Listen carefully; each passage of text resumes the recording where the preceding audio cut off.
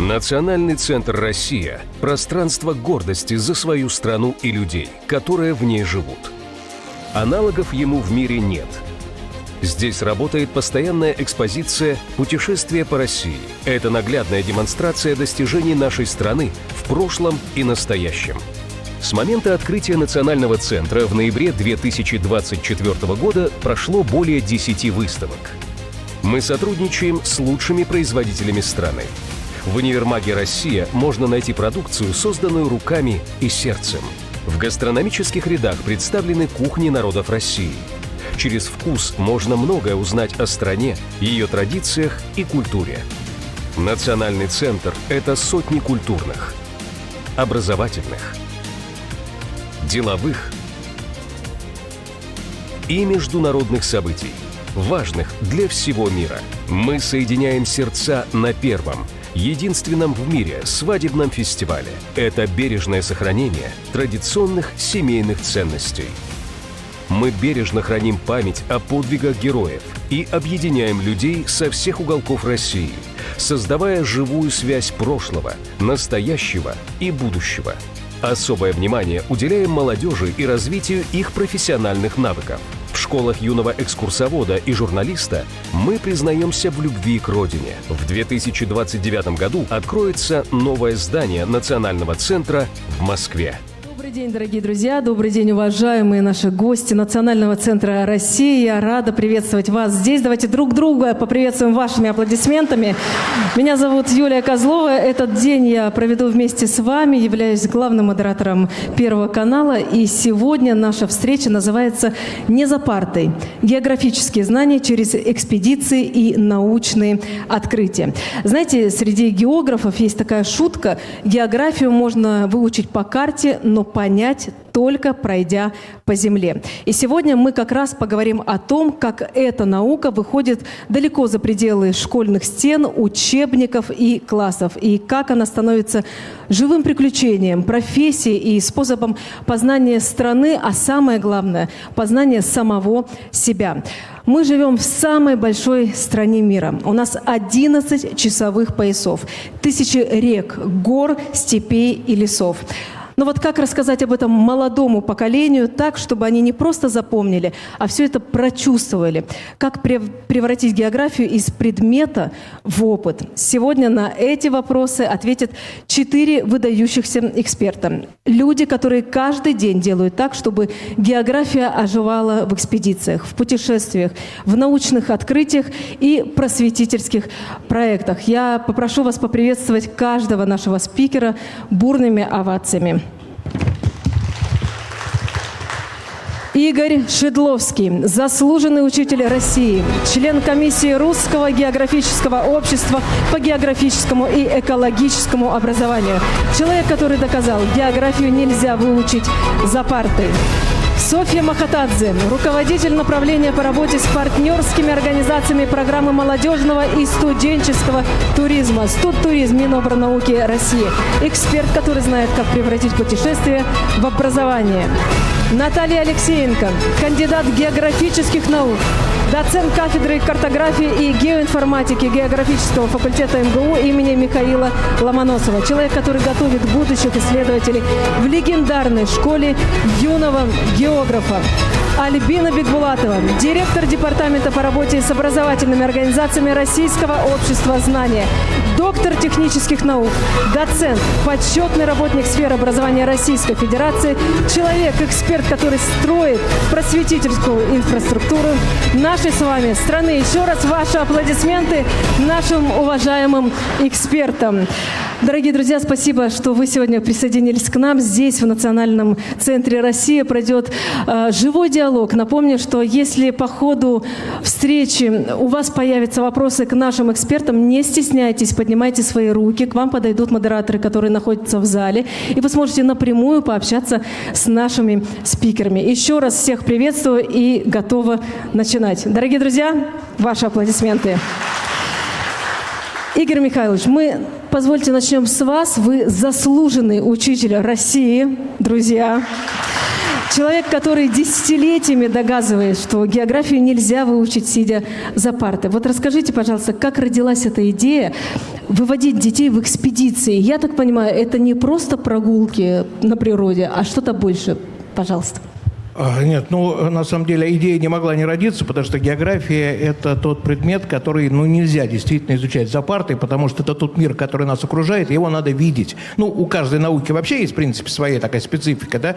Нельзя изучать математику, если мы не решаем уравнения какие-то, да, и так далее. Нельзя изучать химию, если мы там не проводим какие-то эксперименты, да, и физика, и так далее, и так далее. Нельзя изучать литературу, если мы не читаем первоисточники, да. Поэтому нельзя изучать географию, если мы не путешествуем. Поэтому, как только вот моя жизнь соединила меня с географией, я уже начал путешествовать. Когда-то путешествовал сам, а потом, когда пришел в школу, было это более уже 40 лет назад, я понял, что я должен то, что я уже умею, передать ребятам, а потом позже и новые приходили идеи. И в итоге в какой-то момент я понял, что просто путешествовать, просто вот удивляться нашей стране, потому что страна уникальная абсолютно. Наверное, я счастливый человек, я практически всю Россию объехал, по крайней мере, по регионам, 89 регионов, за исключением вот новых регионов, да, 85, я побывал везде.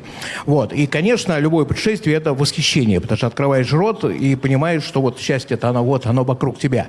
Но в то же самое время я начал ловить себя на мысли, что если ехать в путешествие только ради вот этих эмоций, безусловно, это очень важно, это будет неправильно. Надо из путешествия по максимуму взять то, что, напрямую не лежит, но что так или иначе с этим связано. И вот у меня уже давно родилась идея проведения для детей учебных экспедиций, то есть когда мы выезжаем в какой-либо регион, и мы его изучаем со всех сторон. Там и история, там и литература, там и мировая художественная культура, там, понятно, география – это основа, да, и так далее, и так далее, и так далее. То есть, собственно, вот идея главная отсюда. То есть с географии начинается изучение предмета и литературы, и истории, и биологии. Да, потому что география на самом деле она в центре, потому что все, что где-то что-то происходило, это происходило в конкретном географическом регионе. Поэтому мы отталкиваемся от какой-то точки на карте, а дальше мы вольно или невольно погружаемся в мир всех остальных предметов, всех остальных наук. Ваша авторская программа «Учебная экспедиция» – лауреат премии РГО. Это признание на самом высшем, я так понимаю, показателе. Да, это такой для меня был очень приятный подарок, так скажем, подарок судьбы, потому что все-таки это международная премия. Очень много было участников, которые заявились. И вот программа эта, да, она победила. А вот самые яркие открытия, которые делали ваши ученики, есть такие? Да, их на самом деле много, причем очень часто делали открытия не только в области географии, а и в других областях. Вот совсем недавно я был в Пскове, мы путешествовали по Пушкинским горам, где, собственно говоря, некоторое время жил Пушкин, и ко мне подходит девочка перед поездом уже, когда мы уезжали в Москву, она на меня смотрит так вот серьезно, говорит: Игорь Михайлович, а я поняла, почему Пушкин писал стихи. Я так про себя думаю, это к чему? Что сейчас последует? Она отвечает: но в этой же красоте нельзя не писать стихи. И я вот понял, что вот, так сказать, да, по крайней мере, на уровне вот этого объединения из географии и литературы, вот уже, значит, мы не зря съездили. Так что, на самом деле, открытий было очень много. С чего началось увлечение, вот лично у вас? С моего детства, с путешествий, которые когда-то для меня организовывали мои родители, прежде всего моя мама. Все началось с семьи? Да, конечно. А все всегда начинается с семьи. Может быть, мы просто иногда об этом забываем или иногда об этом не думаем, но все начинается с семьи, буквально вот с первых дней, наверное, жизни так все началось. Хорошо. Если ученик недостаточно еще увлечен предметом географии, согласитесь, такие дети тоже бывают. Вот как вы, как педагог, как вы их завлекаете? Чем? Как они соглашаются ехать все в экспедиции? Вы такой задали хитрый, на самом деле, вопрос. На самом деле, я, наверное, завлекаю своими рассказами, своими где-то, может быть, горящими глазами, потому что я убежден, что если человеку самому что-то интересно, он может зажечь других. И поэтому, когда я с кем-либо, и со своими учениками, и с друзьями где-то бываю, я стараюсь рассказывать прежде всего то, что интересно мне. Я себя ловлю на мысли, что это интересно и другим. Вот как-то так. Игорь Михайлович, я уверена, у наших гостей сейчас появятся к вам вопросы. Пожалуйста, не стесняйтесь, прямо сейчас есть такая возможность, чтобы мы были в живом диалоге. Все делается только ради вас, наших дорогих зрителей. Пожалуйста. Здравствуйте. Меня зовут Мухамедов Мухаммад Рофи. Я по бакалавру учитель географии. Учусь сейчас в магистратуре международных... Наш человек. Да. А здесь только все свои. Да, все свои. Учусь на направлении сейчас международных отношений. И я вот думаю, что если я соберусь в своей школе провести такую экспедицию, мне нужно будет собрать очень много документов, согласовать с родителями. Как вы проходите, да, с этим, с трудностями вот, документации? Родители сейчас очень опекают своих детей, потому что дети сейчас, чтобы не травмировались, что-то плохое не увидели. Поэтому как вы проходили вот этот сложный путь согласования, разрешения? Как ее пройти? Я, может быть, скажу что-нибудь неправильно, не так, но я бы не сказал, что это все очень сложно. Вот я бы не назвал это сложным путем. Есть определенный алгоритм. Вот этот алгоритм надо просто для себя четко понять, и дальше это все четко делается. Это во-первых. Во-вторых, те же самые родители, ну, давайте так, нормальные родители хотят, чтобы их ребенок развивался и развивал свое мировоззрение в том числе. И поэтому, если та программа, которую мы предлагаем ребятам, соответственно, предлагаем и родителям в том числе, она насыщенная, она глубокая, ну, давайте так, 90% это наши люди, которые с нами точно поедут. Вопрос стоит только в том, что действительно найти такую программу. Вот принципиальный мой подход к учебным экспедициям, которые я организую, это подгон каждого путешествия, каждой экспедиции под конкретный возраст. То есть нет такого, что мы едем смотреть вообще вот все, что можно только. Конечно, мы охватываем разные стороны жизни, но мы рассчитываем. Если с нами едут шестиклассники, мы с ними говорим на языке 6 класса. Если едут семиклассники, ну и так далее. Плюс я, например, в свое время понял, что надо максимально отказываться, как это ни странно, может быть, я скажу, от экскурсоводов в городах, потому что экскурсоводы, они разные бывают. Будем говорить про всех, что все хорошие экскурсоводы, без вопросов. Но они, так скажем, давайте так, я в хорошем смысле слова скажу, отрабатывают свой хлеб. У них есть определенная программа, которую они должны сказать.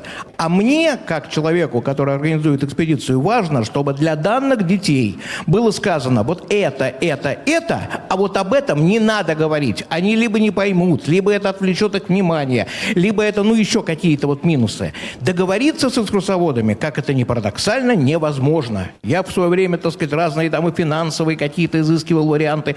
Подходил к экскурсоводу и говорю, пожалуйста, я вам оплачиваю премию в 2 раза больше, чем вы получите за экскурсию. Скажите детям вот это. Экскурсовод говорит, конечно. А потом начинает. Итак, дорогие друзья, давайте посмотрим направо. Вы наблюдаете удивительное по красоте здание. И я понимаю, что все. И тогда вот наступил, на самом деле, самый сложный момент, который я пережил, слава богу, который пережили, правда, не все мои коллеги, когда мы взяли на себя проведение экскурсий. И когда вот мы выезжаем в какие-то регионы, все, за исключением музеев, с музеями договориться практически невозможно.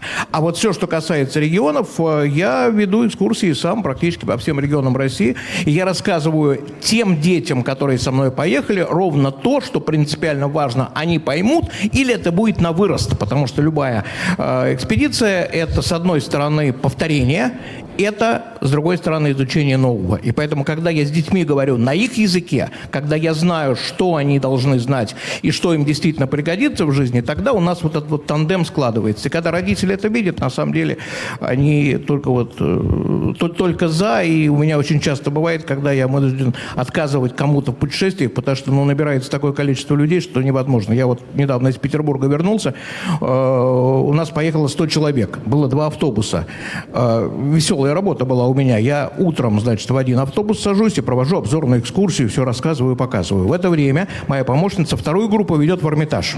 У них там свое развлечение. А потом мы меняемся, да, и, соответственно, на следующий день все то же самое. Но плюсы этого заключаются в том, что мы говорим с детьми на том языке, на котором, собственно говоря, надо говорить. Ну, плюс еще к тому же мы готовим учебные пособия, специальные под каждое путешествие.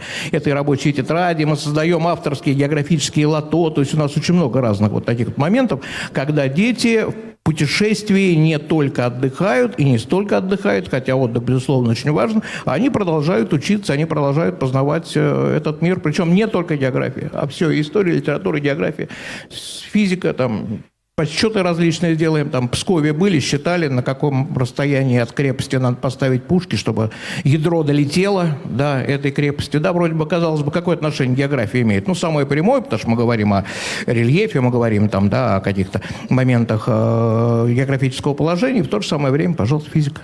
То есть одна экспедиция – это замена год учебников. К примеру, так. Ой, нет, ну вот так бы я не... Нет, хотелось бы, конечно, Хотелось что так, бы. да. Хотелось бы прямо вот так себя считать, прямо совсем. Вот, пока считаю себя не совсем, вот, но все-таки считаю. Нет, на самом деле, это, давайте так, это не замена. Вообще здесь вот надо понимать, я хотел в презентации сказать, я так понимаю, что до презентации мы не дойдем, ну и бог с ним. Я сейчас скажу крамольную мысль.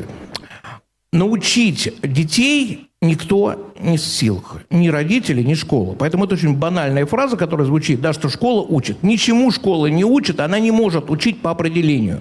Дело в том, что задача школы, на мой взгляд, и задача родителей – это создать условия для того, чтобы ребенок мог познакомиться, что-то познать, что-то узнать. Да, каждый ребенок, который рождается на этот свет, он уже внутри себя имеет некий образ. Вот я не знаю, задумывались вы или нет, у нас в русском языке есть потрясающие слова, которых нет ни в одном другом языке мира. В них такая емкость огромная, что просто удивляешься. Вот слово «образование», мы же постоянно его, да, оно звучит у нас. А что это такое образование-то? Образ. Да? То есть на самом деле родители и школа, если грамотно поступают, они помогают ребенку раскрыть свой образ. Именно свой образ, чужой образ. Ну, давайте я скажу, может быть, такой не совсем правильный пример. Ну, из семечка арбуза эдельвейс не вырастет. Ну, по определению.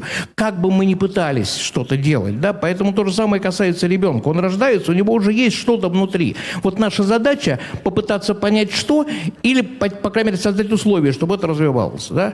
А второе слово – воспитание. Ну и питание, да, вот это слово. То есть для того, чтобы, опять-таки, семечко росло, его надо подпитывать. Да, в данном случае задача школы, задача учителя – подпитывать психологически, подпитывать тем, что человек поверит в себя, потому что это очень важно, когда мы верим в себя, даже не только дети, да, но и взрослые. Когда мы верим, тогда у нас все получается. Как только мы перестаем верить или начинаем там типа, не, у меня не получится, не, это не мое, я не буду, ну все, мы сразу окажемся в неудачниках. Поэтому в этом отношении, на самом деле, вот идея-то, собственно говоря, всех экспедиций была не заменить чего-то, а это один из вариантов создания условий для того, чтобы дети развивались. И из экспедиции каждый что-то свое находит. Я говорю, вот девочка сказала мне, я поняла, почему Пушкин писал стихи. Да? Мы создали условия, в которые девочка увидела красоту, она в эту красоту влюбилась, и она вдруг начала мыслить другими категориями. Вот каждая экспедиция – это не замена, а это условия. Условия для того, чтобы ребенок развивался. Я считаю, что на самом деле это одна из самых главных задач и учителя, и родителей в том числе. Спасибо вам огромное. Но еще одна из главных задач – это поддержка педагогов. Это очень важно. Вот давайте поговорим, как создать инфраструктуру, как география без парты может стать не каким-то исключением, а нормальной, абсолютной нормой. Альбина Ахатовна, общество знания сегодня одна из самых ключевых просветительских организаций в нашей стране. И вот вы, как никто другой, знаете, как помочь педагогам, как помочь ученикам. Расскажите, пожалуйста. Да. Добрый день, уважаемые коллеги. Очень приятно присутствовать на форуме и рассказать вам о знании, о том, какие ресурсы могут вам помочь в вашей, безусловно, просветительской деятельности. Я все-таки считаю, что школа учит, потому что есть методология, есть определенная программа, по которой дети усваивают знания. Но точно не отрицаю позицию того, что разнообразные форматы усиливают образовательный эффект. И, безусловно, хочу подчеркнуть тот тезис, что каждая из дисциплин, каждый из предметов обладает точно воспитательной компоненты. Это очень важно. И мне кажется, вот урок географии, предмет географии – это такой общеразвивающий предмет, который дает не только знания, но и любовь к своей родине, к своей стране, к малой родине, к людям, которые вышли из этой малой родины. Я вот сама из Башкирии, очень горжусь этим и считаю, что это тоже одна из самых красивых республик в нашей стране. Немножко расскажу о знании. Безусловно, вы все знаете, что такое было Всесоюзное общество знаний. Вот 5 лет назад прошла перезагрузка. Скажите, пожалуйста, есть ли в зале лекторы Российского общества знания? О, как много еще нам предстоит всем вместе сделать. Расскажу сегодня и как стать лектором, и расскажу о некоторых конкретных примерах, которые вам, может быть, будут полезны в вашей образовательной деятельности и работе с ребятами.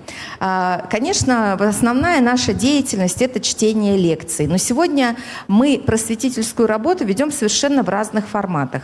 Один из самых популярных, конечно, это лекции, когда лекторы приходят в аудиторию, рассказывают освещают различные сферы деятельности. На предыдущем слайде вы видели, что каждый год мы определяем тематические направления, но наиболее популярным сейчас форматом у ребят являются экскурсионные программы, когда они вместе с лектором, а экскурсоводы – это тоже лекторы, учителя географии – это тоже лекторы, потому что у вас огромные познания.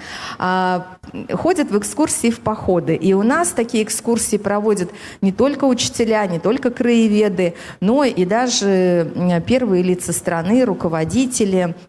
Очень востребованы бывают походы даже на лыжах с губернатором, когда на таких крайних просторах нашей Родины ребята знакомятся со своим краем. Вот форматы очень разные. У нас очень много просветительского контента, про который я тоже расскажу. Ну и хотелось бы привлечь вас, чтобы не один человек в зале, но большее количество людей стали просветителями. У нас хорошая программа, огромное количество лекторов. Лекторы наши выступают при разных условиях. Некоторые лекторы, которые себя зарекомендовали, у которых хорошие, высокие оценки слушателей, которые действительно вдохновляют ребят, они даже работают с нами с условиями оплаты их труда. А есть также программа поощрений, когда мы лекторов вовлекаем в нашу лекторскую работу. Есть вот 4 категории, и включая высшую категорию, когда лектор развивается как лектор и становится участником такой премиальной системы, где можно получить различные мотивирующие истории за вашу просветительскую деятельность. Ну вот одна из самых мотивирующих, как я говорю, это недельная путевка в наш санаторий Сочи, который находится, в нас санаторий Знания, который находится в Сочи. Ну вот мы очень любим своих лекторов, очень любим это сообщество. Будем рады, если вы станете тоже нашими друзьями. С этой целью мы даже открываем лектории в образовательных организациях. Может быть, у кого-то такие лектории в образовательных организациях уже открыты. Будем рады присоединиться. Что еще полезного есть для педагогов? Это Академия знания. Это абсолютно бесплатный ресурс, который позволяет усилить свою подготовку, и совершенно разные форматы представлены в Академии. Это не сколько предметные курсы, сколько курсы, развивающие педагога и его мастерство. Вот много сегодня говорили уже про родителей. Также хочу сказать, что мы являемся операторами большого проекта, который реализуется по поручению президента. Это конкурс инициатив родителей в сфере воспитания. Может быть, кто-то слышал про такой конкурс? Школа может получить до 2 миллионов рублей, если совместно с педагогами и родителями они придумают проект. Так вот, по итогам первых 2 сезонов, я хочу сказать, одним из самых популярных проектов это были походы, экскурсии, знакомство со своим регионом, с соседним регионом. Поэтому буквально скоро будут подведены итоги 3-го сезона, но, конечно, будет и 4-й, и 5-й сезоны, поэтому будем надеяться, что вы со своими ребятами получите до 2 миллионов рублей на то, чтобы их вовлечь. Значит, что еще есть полезного для педагогов? Это Центр знаний Машук в курортном городе Пятигорске. Скажите, может быть, кто-то был на образовательных программах Машука? Ну, ага, есть тоже 2 человека, которые лектор, который был, и еще одна коллега. Это действительно очень хорошая площадка для проведения различных интенсивов. Следите, отборы на все программы практически открытые. То есть вы оплачиваете только дорогу, приезжаете на такой хороший проектный интенсив, с учетом того, что следующий год будет, этот год Единства народов России, а следующий год неразрывно будет связан с вашей профессией. Я думаю, мы отдельно даже смену будем собирать и будем обсуждать с вами, возможно, с участием Сергея Сергеевича, важные проблемы по развитию предметной области. Что еще есть хорошего и полезного? Это библиотека методических материалов. Мы в какой-то момент поняли, что у нас 32 тысячи лекторов, и чтобы лектор смог выступить, нужно проверить его презентацию. Но многим не хватает времени самим разрабатывать презентации. Учителя очень загружены. Ольга Павловна бьется, Колударова, за антибюрократическую нагрузку. Поэтому мы придумали такую библиотеку. Сейчас там больше 200 материалов, это готовые лекции, написанные экспертами. Это и презентация, и готовый текст лекции. Они в основном носят такой популярный характер, поэтому тоже будем рады, если вы будете этими материалами пользоваться. А может быть, у кого-то есть желание стать автором таких материалов, мы тоже готовы к сотрудничеству. Можно предложить свою авторскую лекцию, с которой познакомится вся наша большая страна. Еще мы снимаем огромное количество контента просветительского, потому что все мы знаем, что дети наши мало сейчас читают, больше всего смотрят, и совершенно разные форматы просветительского контента, которые вы можете использовать совершенно бесплатно, встраивать в уроки, украшать эти уроки, насыщать свои знания вот такими визуальными хорошими фильмами. Они очень качественные, они верифицированные.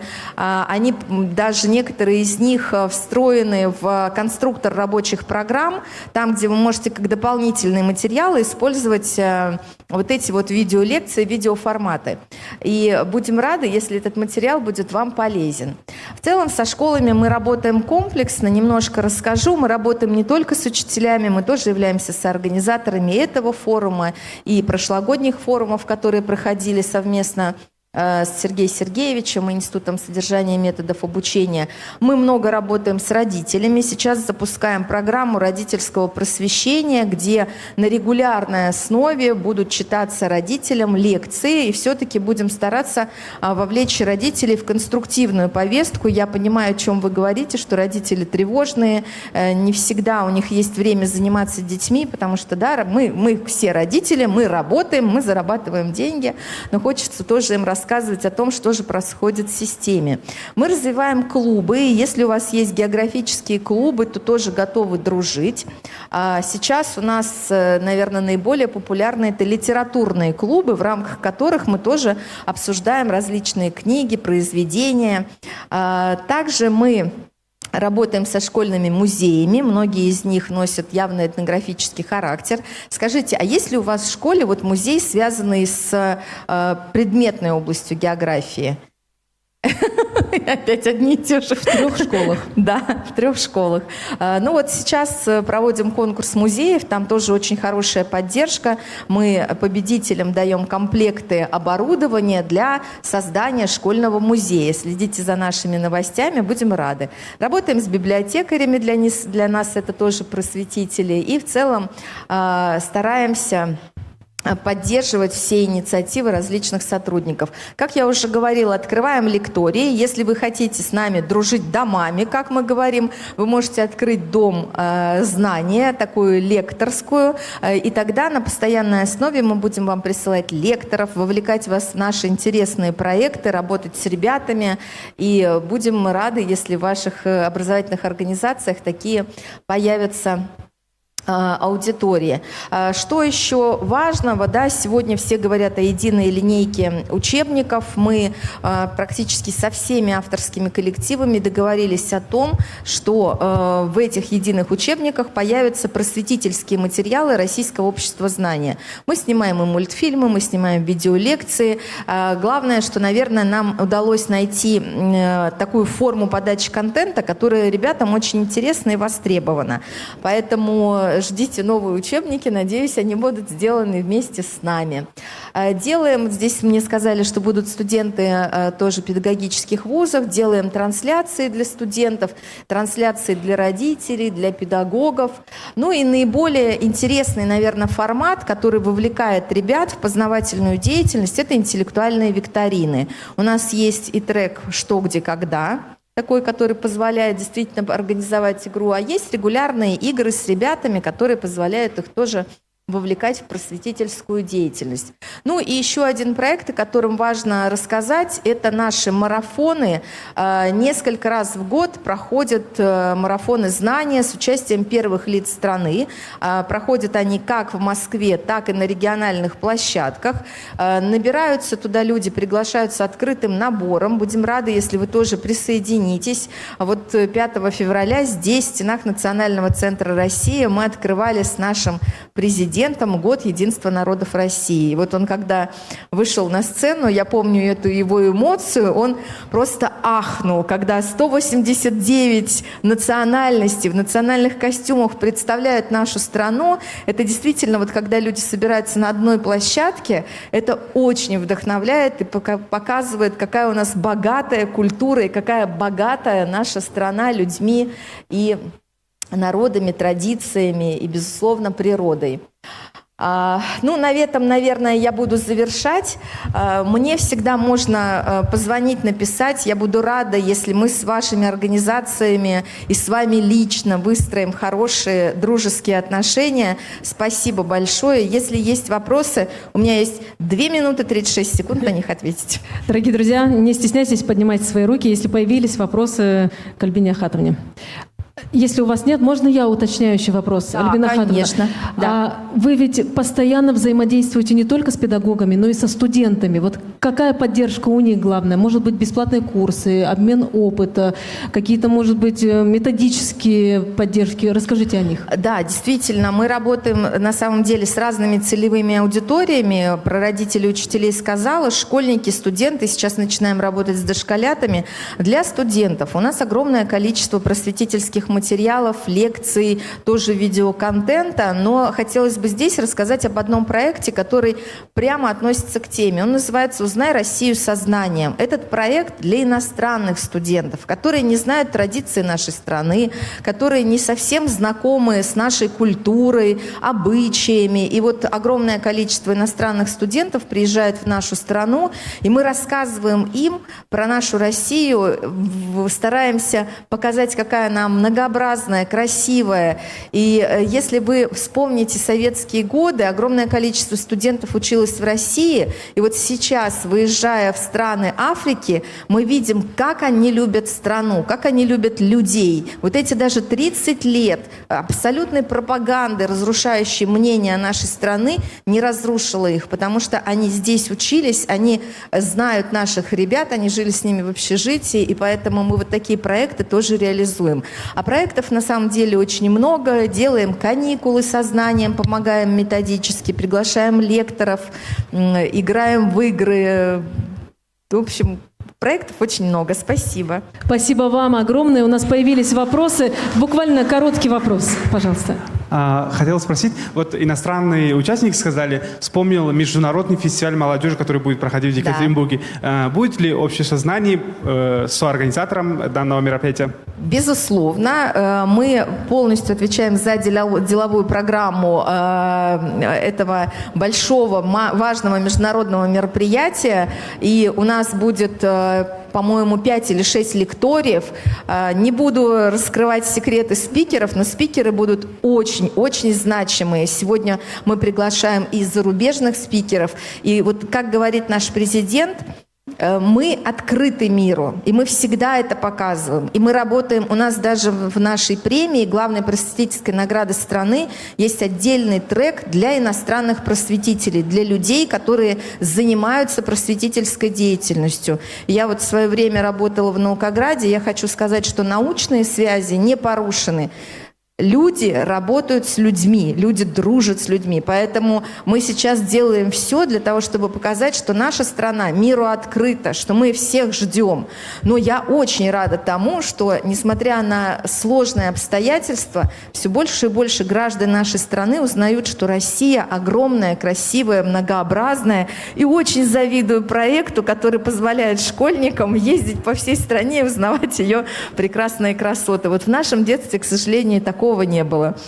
Альбина Ахатовна, вам огромное спасибо, что вы сегодня с нами. Знаю, что у вас очень плотный, насыщенный график. Спасибо, что уделили нам внимание. Друзья, ваши аплодисменты. Альбина Ахатовна, огромное вам спасибо. Софья, давайте поговорим о том, как все это масштабировать. Как сделать так, чтобы не один класс, а тысячи студентов могли и путешествовать по нашей стране, и при этом учиться. Все это делать одновременно. Вы представляете федеральную программу «Студтуризм» при поддержке Минобрнауки России. Расскажите, можно ли сегодня реально путешествовать по России, но так, чтобы это не сильно било по карману студентов? Ведь это самый главный их вопрос. Спасибо большое за вопрос. Правда, так и есть. Коллеги, отдельное спасибо вам за то, что я сегодня нахожусь в таком классном сообществе единомышленников, тех людей, которые открывают Россию для молодого поколения через разные инструменты, через уроки, через историю, через географию, через путешествия, через экспедиции. Я уже несколько лет работаю с теми людьми, которые любят путешествовать. Это и студенты, и молодые специалисты из разных уголков нашей большой России. И я вижу, как мир человека, который посетил первый раз какой-то интересный уголок, меняется и расширяется. Кто из вас сегодня был на пленарной дискуссии? Поднимите, пожалуйста, руку. Прекрасно. Сегодня выступала Ольга Викторовна Петрова, и она сказала такой тезис про программу «Студтуризм». И я как раз сегодня представляю эту программу. Я здесь для того, чтобы показать вам, каким инструментом можно пользоваться для студентов, для молодых специалистов, для сотрудников и молодых сотрудников вузов, школ и так далее, чтобы география стала не просто школьным предметом или дисциплиной в вузе, а таким практическим кейсом через путешествия, через экскурсии, экспедиции. И как сделать такое путешествие полезным. Это очень важно. Программа «Студтуризм» была создана в 2021 году по поручению президента Российской Федерации. Ольга Викторовна Петрова – наш курирующий орган с Министерством науки совместно. И такой охват программы получила за 5 лет. У нас подключено к программе 280 вузов-партнеров. Что это значит? Студенты, молодые специалисты, вообще все люди в возрасте от 18 до 35 лет, вся молодежь может путешествовать по нашей России, по всей России, во всем городам практически бесплатно, проживая в общежитиях за 100-200 рублей в день. Представьте, вы собрались в какую-то поездку, в отпуск, и вы не нужно ломать голову, где остановиться. Да, как студенту и молодому специалисту. Вы останавливаетесь в вузе-партнере и проживаете в день за 100 рублей. И так у вас путешествие получается не только практическим и полезным, но еще и бюджетным. О программе.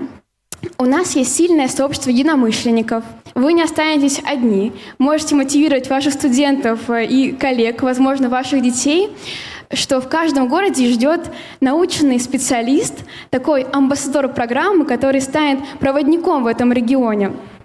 У нас есть целое сообщество, которое показывает, что территорию можно изучить дистанционно. Да, есть сейчас много разных сайтов, оцифрованы все карты, есть электронные уроки, есть видео, но ты никогда не поймешь, как живет регион, пока ты в нем не окажешься.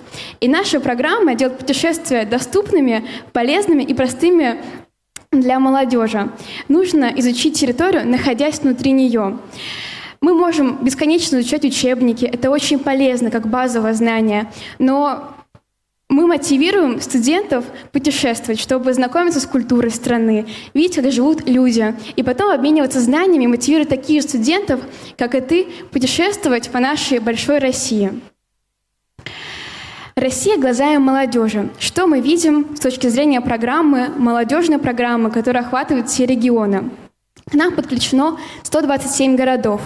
В этих городах, они все есть на сайте программы «Студтуризм», вы можете оказаться вместе с путешественником, который близок вам по духу. В каждом городе есть наши представители программы, амбассадор и медиа-амбассадор, который с удовольствием расскажет вам самые интересные места этого города. Сегодня был такой тезис на пленарной дискуссии, что сейчас меньше стало экскурсоводов. У нас есть аналог экскурсоводов непрофессиональный. Это такой человек, который покажет закоулки, интересные места, кафе, разные интересные улицы, те места, которые близки этому человеку, проживающему в этом городе. Итак, студент студенту ближе, говорят. Он узнает город глазами другого, такого же сверстника. Мы это очень в программе ценим. У нас тоже проходит в течение года очень много образовательных просветительских мероприятий. Мы здесь не только за бюджетное путешествие, мы вкладываем в путешествие пользу. Мы показываем инфраструктуру вузов, где проживают студенты, молодые специалисты, 18-35 лет, напомню. Мы рассказываем об интересных уникальных локациях, о природе, об истории места. К нам подключены также зарубежные вузы-партнеры. В том году мы посетили очень много стран, все страны СНГ, Абхазию, Северную Корею даже подключили, Вьетнам, Азербайджан. И в этих городах также живут наши соотечественники, тем, кому близка культура России. И мы на наших площадках в Москве объединяем и заграничное сообщество студентов из других стран, и российское. И делаем совместные образовательные проекты, которые направлены тоже на изучение разных дисциплин, в том числе изучение географии и экосистемы той локации, где сейчас проходят мероприятия. Кратко расскажу про возможности программы. Говорила про международные программы, про уникальные события. Все это есть на сайте программы, также в наших мессенджерах, соцсетях. Сообщество единомышленников у нас очень сильное и развитое. Подробнее расскажу на следующих слайдах. Научная инфраструктура. То, что, возможно, сейчас вам будет очень актуально. В каждом городе нашей программы есть научные лаборатории, технопарки, центры. У нас работают там специалисты, которые покажут научный потенциал региона и вуза в нем. Поэтому мы делаем поездки еще и с уклоном на такое образование внутри этого путешествия. И также места для размещения, как говорила ранее. Недавно мне сказал студент такую фразу, что я не представлял, насколько у нас на самом деле большая Россия. Да, я видел на карте, что она какая-то невероятная по масштабу. Но когда я начал путешествовать в программу «Студтуризм», я увидел не только границы на карте, а еще и живые эмоции людей, которые живут в этом регионе. Мы проводим каждый год такие туристические форумы, где собираются умы нашей страны, самые амбициозные студенты, молодые специалисты, которые рассказывают про свои регионы на площадке форума, как мы сегодня с вами собрались, и мы каждый носитель нашего региона, мы каждый носитель какого-то уникального знания про нашу локацию, где мы выросли, где мы преподаем и где мы росли. Так тогда Россия становится такой образовательной площадкой, на которой присутствуют разные народы, разные города, субъекты, и нужно обмениваться этими смыслами на этих площадках и делать географию шире благодаря тому, что мы с вами общаемся про разные регионы. Далее про современные экспедиции. Мы, как люди, носители этого знания, думаем, что экспедиция — это за спиной рюкзак, ты пошел в гору с палаткой. Да, это тоже как часть экспедиции считается, но сейчас для молодого поколения, я тоже являюсь представителем молодого поколения, экспедиции расширились и приобрели новые краски, новый опыт. Мы сегодня говорим про экспедиции с точки зрения и молодежных экспедиций. Это немножко другой формат самого пути. Блок-туры программы «Студтуризм», образовательные школы, научно-популярный туризм и международные программы. Вот, например, расскажу про такой кейс блок-туры. Кого мы набираем в блок-туры? Это молодые специалисты, которые ведут свой блог. Они имеют большой охват в социальных сетях, ведут контент, и тем самым, приезжая в регион, становятся медианосителем региона.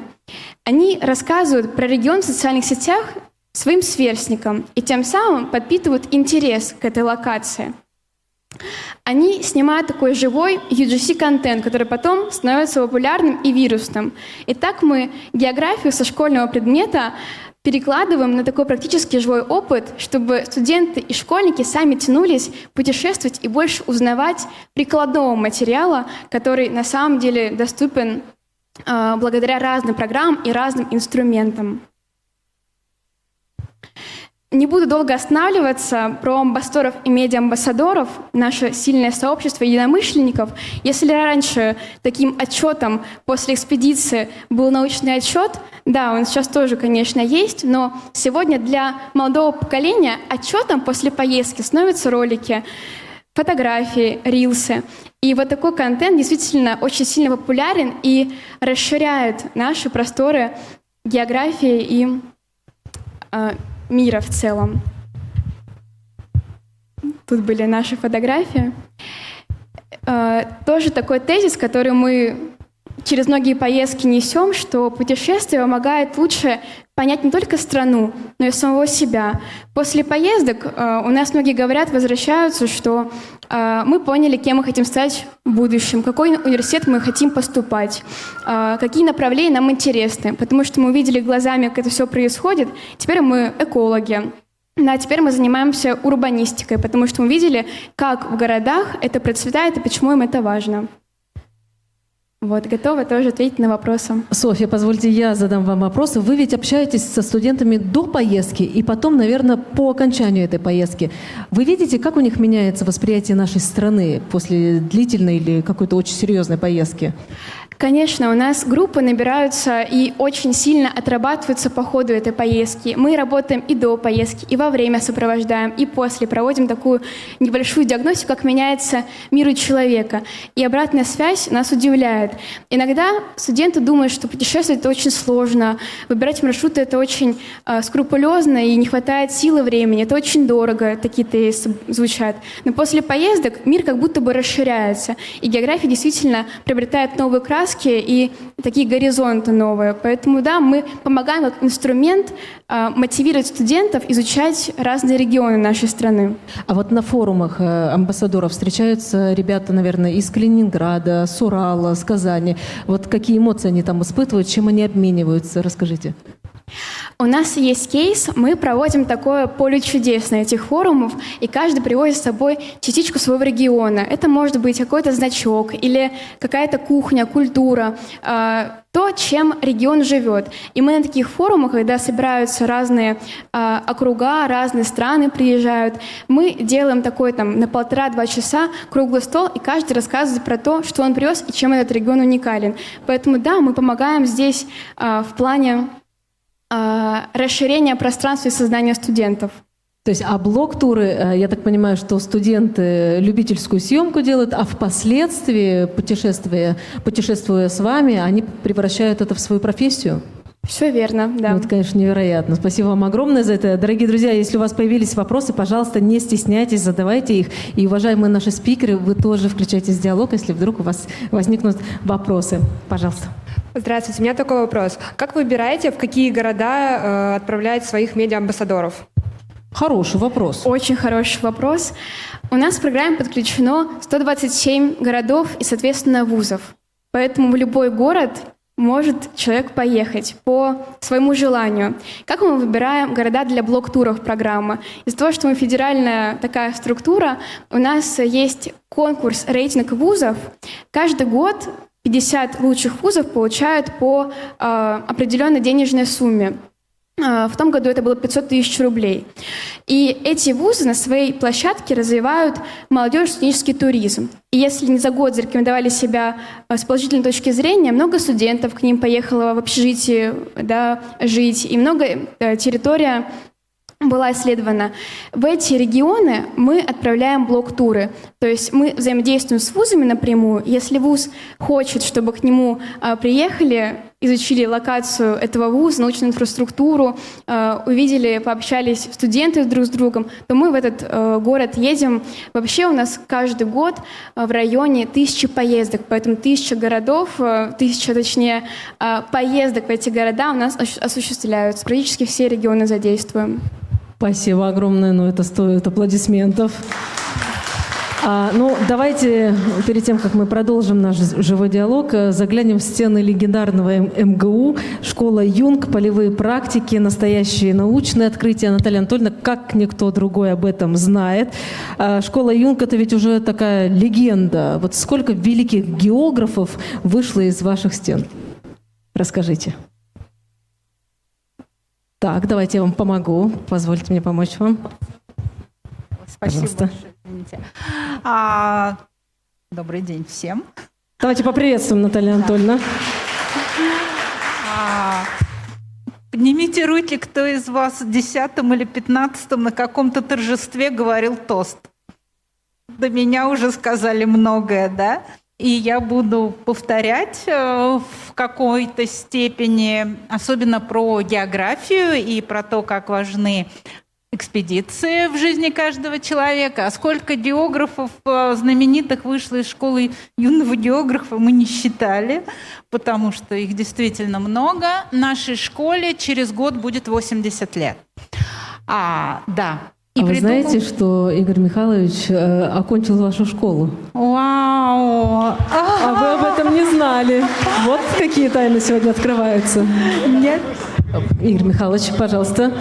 Игорь Да, Михайлович. это, конечно, о вас тоже. У нас среди выпускников школы юнг академики, доктора наук, деканы факультетов нашего, высшей школы экономики, все Нет, они... школа на самом деле потрясающая абсолютно, потому что такой опыт, огромный опыт такого серьезного погружения в географию, то есть когда от уроков географии, от обычных путешествий ты окунаешься в мир вот этого мира познания, в мир глубины, это какая-то сказка. Поэтому я во многом, может быть, состоялся, в том числе и потому, что у меня была школа юнг. Думаю, да. Поэтому спасибо вам. Спасибо вам огромное, Наталья Анатольевна. Я лишь продолжаю традиции. Я пытаюсь переключать. У меня что-то все сегодня плохо получается, хотя я картограф геоинформатик. Пока мы переключаем, просто дополнительный вопрос хочу задать. Вот в 21 веке у нас есть спутники, у нас есть карты, навигаторы, интернет. Вот зачем нужны вот такие полевые практики?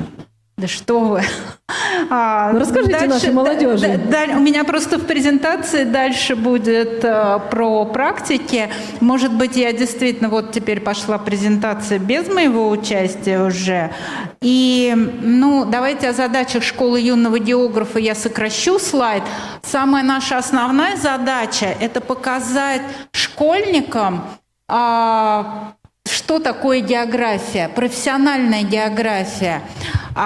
Мы не готовим учителей географии, хотя получается, что готовим в итоге. Достойные выпускники у вас. И если кто-то здесь присутствующих выбирал не так давно свой жизненный путь, представляете, вы говорите маме: я хочу стать географом. Что должна сказать в ответ нормальная мама, если она не географ? Да? Ужас ужасный, нет, ни в коем случае. Во всяком случае, мне говорили вот это именно. И мы в школе юного географа, на моем докладе можно расслабиться, это дополнительное образование.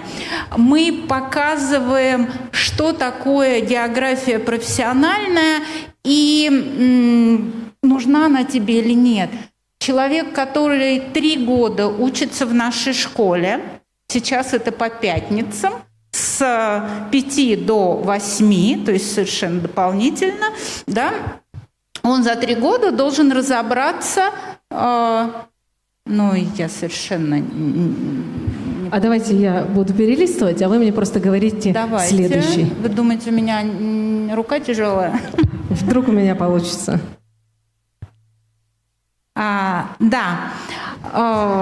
Будем Я здесь для того, чтобы вам помогать, Наталья Анатольевна. Исключительно для этого. Спасибо. Школа уникальная, поэтому я не знаю, насколько наш опыт интересен всем. У нас, конечно, большие возможности в плане опыта. Мы совершенно бесплатны при этом. У нас преподаватели преподают бесплатно, факультет бесплатно дает аудитории, готовят много документов, все бесплатно. То есть возможности только в желании факультета найти себе подобных, которые придут к нам через 3 года или не придут, и это тоже хорошо. Они поймут, что это не их, они ушли в химию, в физику, еще куда-то. И мы этих выписанных, любимейших, этих детей, которых поступает сейчас 100, а выходит 25, они становятся, костяком следующего 1-го курса, и мы их Да. Каким образом мы их готовим? Лекции в основном это лекции. Практических работ не так много, они у нас на втором курсе появляются, и семинары тоже в конце второго курса на третьем. Ну, потому что для 100 человек проводить практически и семинары, лекции серьезные. Вот, по-моему, у Альбины были варианты теория и практика, да, и вот теория, я представляю каждый раз, Юрий Михайлович, когда Игорь Михайлович, простите, вам читали лекции, наверняка первые лекции были по геоморфологии в 9-8 классе, да. Да, ужас.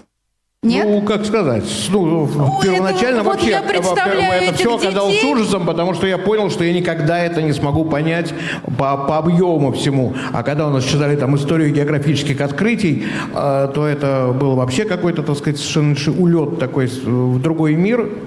История географических открытий, конечно, попроще. Представляете, школьник приходит вот в эту аудиторию, и ему начинают читать геоморфологию лекторы Московского университета. Это безумно сложно. К чему я подвожу? К тому, что сразу надо вести на практику. Вот буквально после первых 2 лекций. И на пальцах в Коломенском или на Воробьевых горах объяснять, что такое овраг, почему он здесь такой, а вот здесь вот такой. И практики у нас бывают разные. Практики и экскурсии, мы их пролистнем, это тот случай, когда экскурсоводы не мы. Это действительно, я соглашаюсь с Игорем Михайловичем, отдельная история, но где-то это штаб-квартира РГО в Питере или у нас, картографический отдел РГБ. Это не экскурсоводы в каком-то там музее. Все-таки это такие профессионалы. А дальше идут те практики, которые ведем только мы. Вот да, мы знаем, что читалось на лекции вчера, в предыдущую пятницу, и что надо рассказать им. Практики такие однодневные, и вы видите здесь перечень, не весь, конечно, но это стандарт наш, это Москва или самое ближнее Подмосковье, куда мы можем съездить на 1 день и рассказать что-то, проиллюстрировать то, что читалось в аудитории. Многодневные ближние регионы к Москве, но к этому же я отношу и Питер, потому что это 3-4 дня практики. В Питере у нас туризм. А у нас на факультете есть кафедра туризма, и мы тоже должны показать профессиональную подготовку туристов. Вот. Практики, которые готовим, тоже, безусловно, мы. У этих практик идея изучения региона, да, за 3-4 дня, да, это интенсив, да, это ты не ляжешь в 11 спать, у тебя еще в 11 будет лекция после всего этого напряженного дня, где-то в 3 локациях, но ты погрузился в этот регион, и ты узнал какую-то тему. Вот здесь не зря я хочу как же не зря. Наверное, кто-то убрал, редактировали мою презентацию. Там должен был стоять знак вопроса. Туризм – основа экономики города Переславль-Залесский. Вопрос. Мы изучаем географию, понимая, что туризм там не основа экономики нигде, ни в одном регионе у нас. Туризм – это здорово, но денег он приносит владельцам отелей только, да. И вот эта тема. И я не буду рассказывать, откуда возник этот знак вопроса, но это наш эконом-географ сказал, вообще, как можно такую тему поднимать с юнгами, со школьниками 9-10 класса. Многодневные практики, они у нас проходят в одном регионе. Я писала тезисы к этому выступлению, и там был последний пункт, можно ли сделать научное открытие в школьных экспедициях.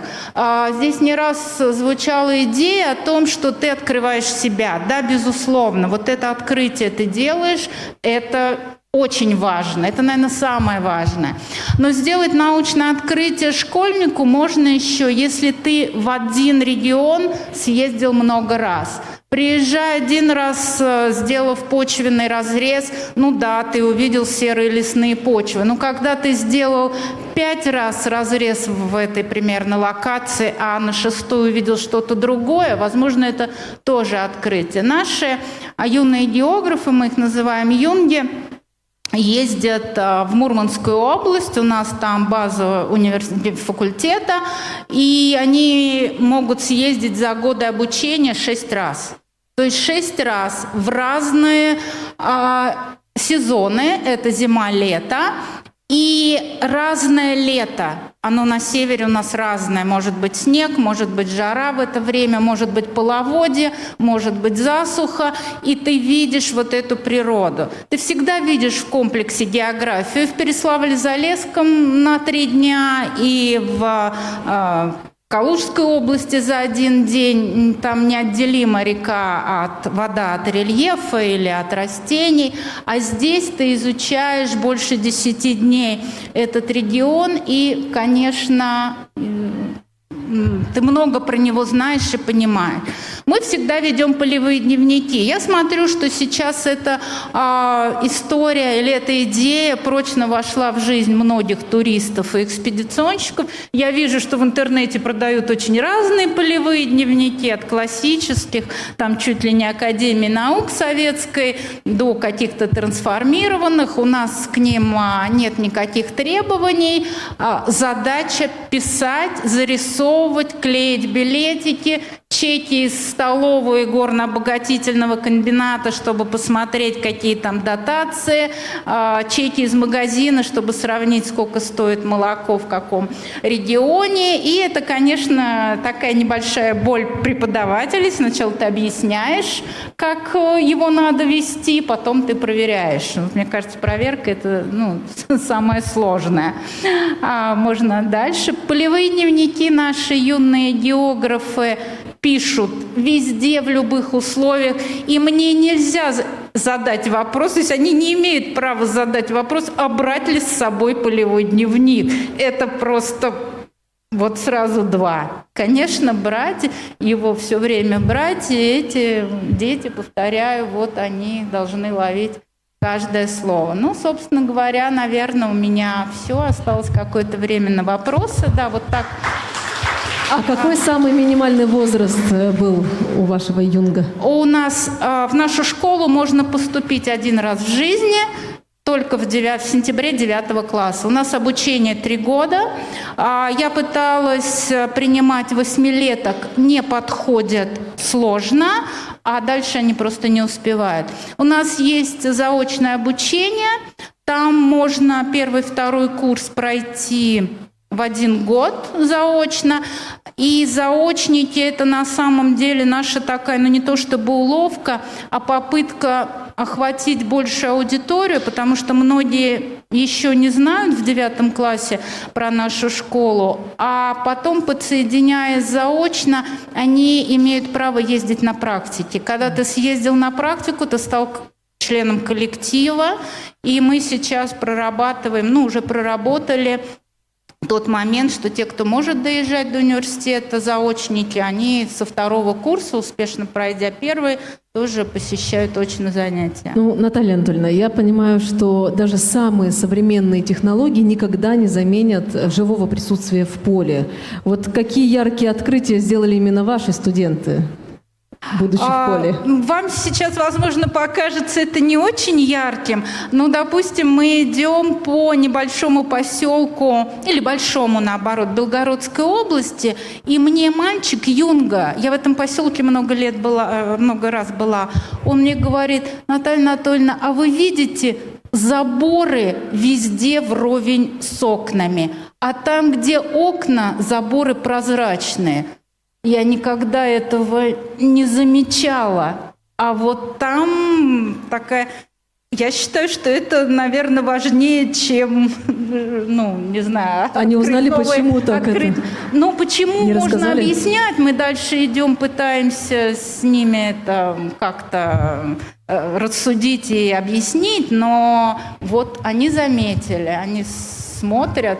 Но еще разные такие моменты, повторяю, они связаны в основном с Хибинами, с Мурманской областью и с сезонностью. То есть, а посмотрите, почему в этом году река такая мелкая, река Нива? Почему? А потом мы идем на Нивскую ГЭС, и нам говорят, а вторая турбина на ремонте, и мы устроили сброс, и вот...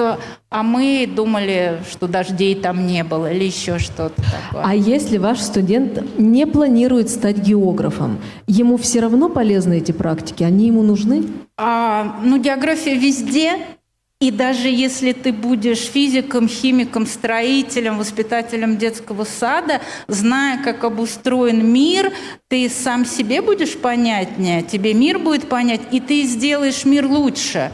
Ты донесешь до окружающих, ты будешь к миру относиться, я не могу сказать бережно. Вы знаете, мы должны использовать природные ресурсы. Да? Когда-то мне мой научный руководитель сказал: Наташа, человек не вернется в деревянные туалеты, да? Давайте жить реалиями. Вот. Но он будет их грамотно использовать, да? И, конечно, знание географии, оно нужно любому человеку. И беречь надо нашу природу. А я, если можно, дополню. Николай Михайлович Пржевальский, наш замечательный путешественник, дипломат, военный, удивительный вообще человек, удивительной судьбе, однажды сказал: а еще жизнь прекрасна, потому что можно путешествовать.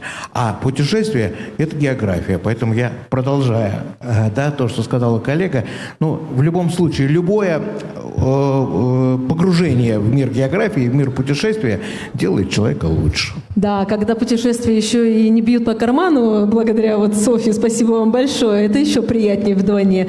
Дорогие друзья, давайте пообщаемся в живом диалоге. Всем нашим уважаемым гостям, пожалуйста, задавайте вопросы. Еще чуть-чуть у нас есть времени для этого. Добрый день. Во-первых, спасибо вам большое за ваше прекрасное, великое дело, которое вы делаете. Да? И у нас такой вопрос. Мы являемся действующими учителями географиями. И нет ли у вас возможности и желания создать школу таких уже не совсем юных географов для, первое, углубления своих географических знаний, потому что, понятное дело, что со времен университета прошло достаточно много количества времени, в какой-то момент методические знания стали превалировать над географическими.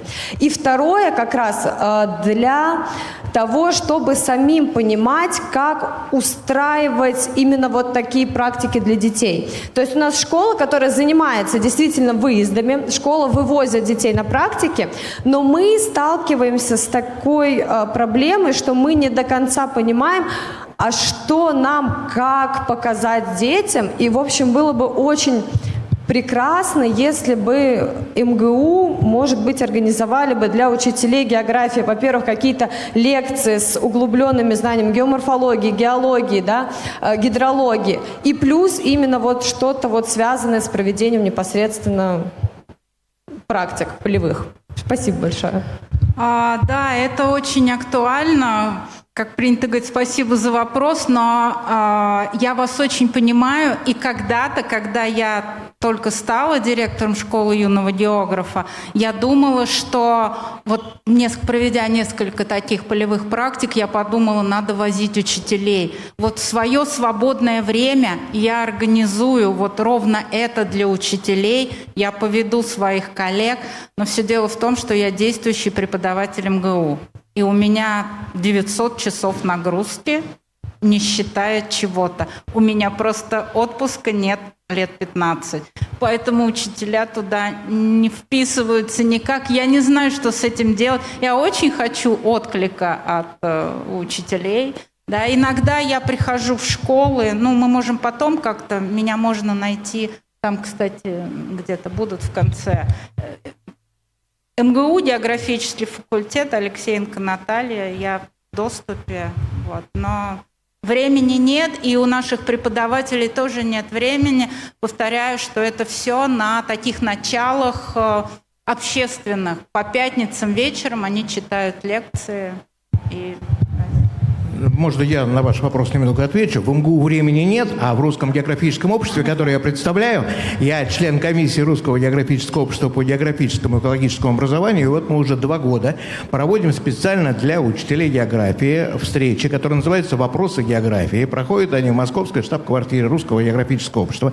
И каждый месяц мы берем серьезные такие темы, которые действительно сложны в объяснении детям. И мы пытаемся разными способами рассказать и объяснить. Мы приглашаем совершенно разных экспертов, начиная с космонавтов там, да, и заканчивая специалистами в очень узких областях. Да, и, соответственно, вы это можете посмотреть все на сайте Русского географического общества, это есть. И я думаю, что вы там как учитель, как педагог, мы, собственно, ради этого все это вот и начали проводить, потому что мы понимаем, раз мы комиссия, которая связана с географическим образованием, мы должны, кроме там, того, что проводить экспертизу учебников, какие-то другие вещи, у нас очень много задач, которые мы решаем, еще и помогать учителям. Так что приходите, смотрите нас дистанционно, либо смотрите за рекламой на сайте РГО и приходите очно в нашу медиастудию, и я думаю, что вы узнаете ответ на многие вопросы. Наталья Анатольевна, Софья. Друзья, вы можете поаплодировать, не останавливайтесь в своем желании. Софья. Вы еще молодые учителя, я вижу, да? То программа «Туризм» для вас открыта, тоже путешествуйте вместе с нами.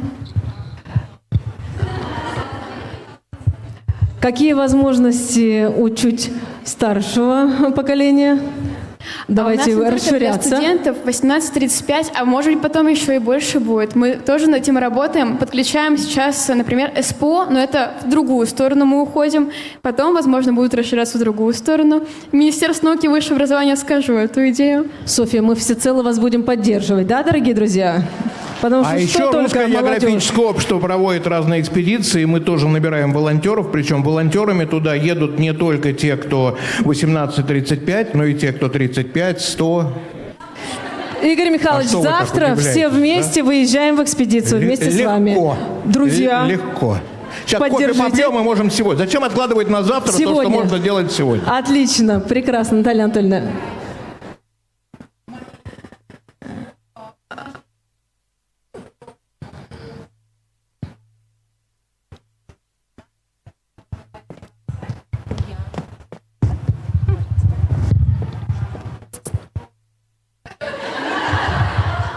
Так. Волшебное место. Волшебное. Все со 2-го или 3-го раза. В Московском университете на географическом факультете по субботам, через субботу действует лекторий юного географа. Там не всегда темы, объясняющие какое-то явление, но часто это вот климат или рельеф.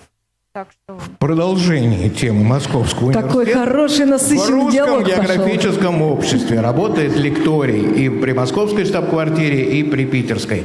Приходите, у нас очень много разных лекций. Один из курсов лекций читаю я. У меня такой есть курс, посвященный путешествию по регионам России. То есть каждая лекция – это путешествие, виртуальное путешествие в какой-то регион России. А кроме этого, там огромнейшая, интереснейшая программа. Заходите на сайт РГО, смотрите.